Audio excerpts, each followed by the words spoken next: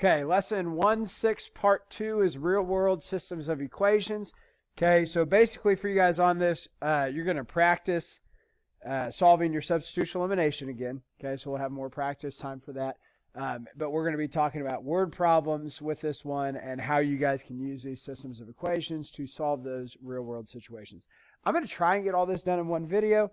Not going to make any promises, but this is not going to be a whole lot that you guys are going to have to watch for this. Okay?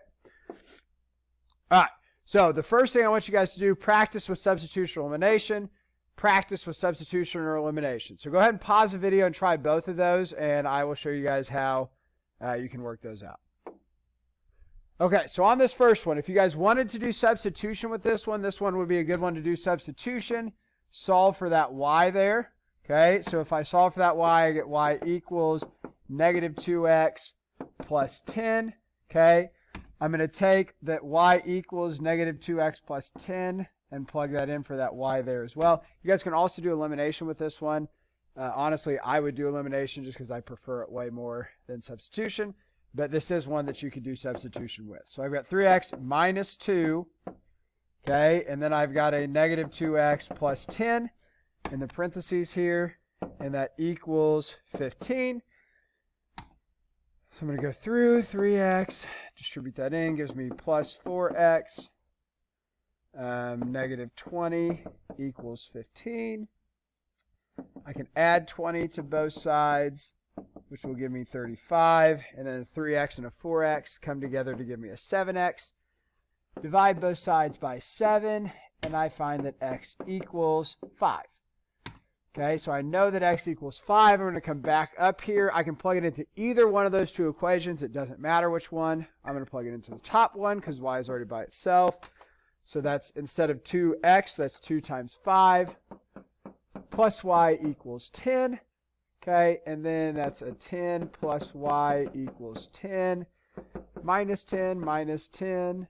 Sorry. So I find that y equals 0. Okay, so my answer for this is the point that they cross, and the point that those two lines cross is at 5, 0. Okay. Next one here, this is a good one to do elimination on. Not with my y's, but if I look my x's, 2x and 4, I can take this bottom one times a negative 2x, which when I do that gives me a negative 4x plus 14y equals 36, positive 36. And then I'm just going to copy this one down. So 4x plus 3y equals 32. Okay, x's cancel just like I wanted them to. I get a 17y equals 868. Divide both sides by 17. That looks like that would not be a nice number. Hopefully it is. 68 divided by 17 is 4. I get that y equals 4. Okay, that's good.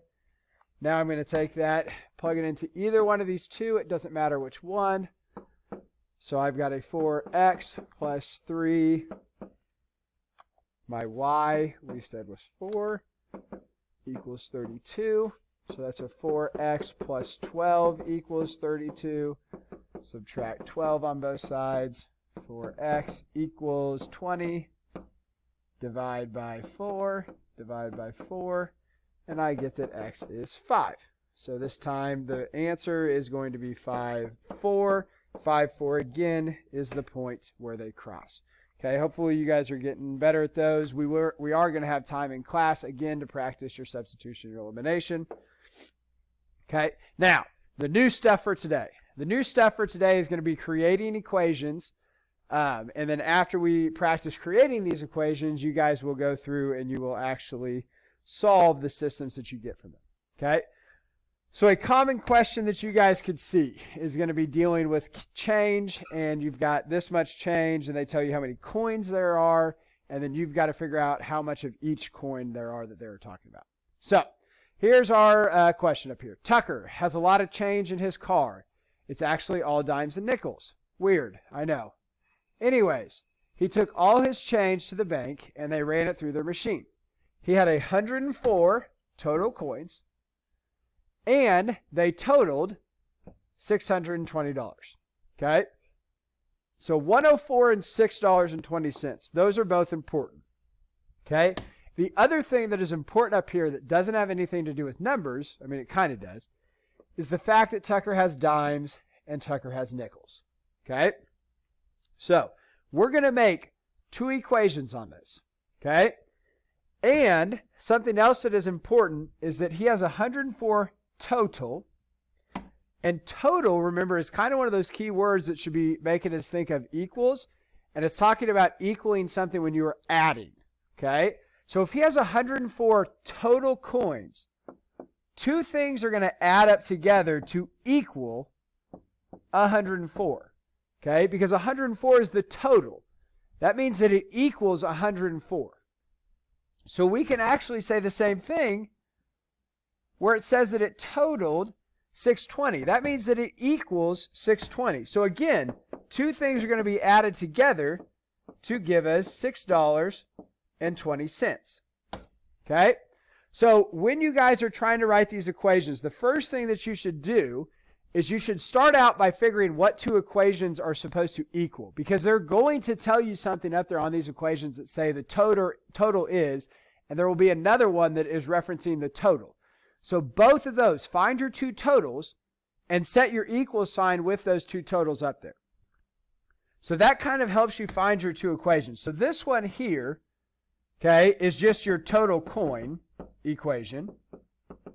And then this one down here is your total money. How much money are you making off those? And there are always going to be two of those equations there. Okay? Now, the other part to this. For our total coins, what kind of coins do we have? We have dimes and we have nickels. Okay? So when I'm creating my equation here, I could say that my total number of dimes plus the number of nickels would have to equal my 104 coins, which makes sense, right? Because the amount of dimes that Tucker has added with the amount of nickels that Tucker has is going to give you 104 total coins. Okay? And then with our money equation, again, we are going to be dealing with dimes and we're going to be dealing with nickels. But now we're actually giving those dimes and nickels value. Okay? So the dimes, how much are dimes worth? Well, they're worth 10 cents. So we better write that as a decimal, 0.10. And how much are nickels worth? Well, nickels are worth 5 cents. Okay? So that's going to be 0.05 for our nickels. Okay? So these are the two equations. Once you find these two equations, then we can do substitution or elimination to figure out what our answer is.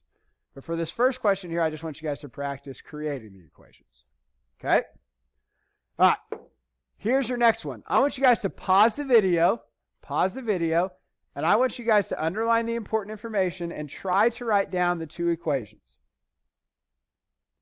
Okay, hopefully you've paused the video and you've tried to write down these two equations, underline the important information. Okay, so we got Coach Richmond and Coach Wiederholder hefty. Well, we all know that.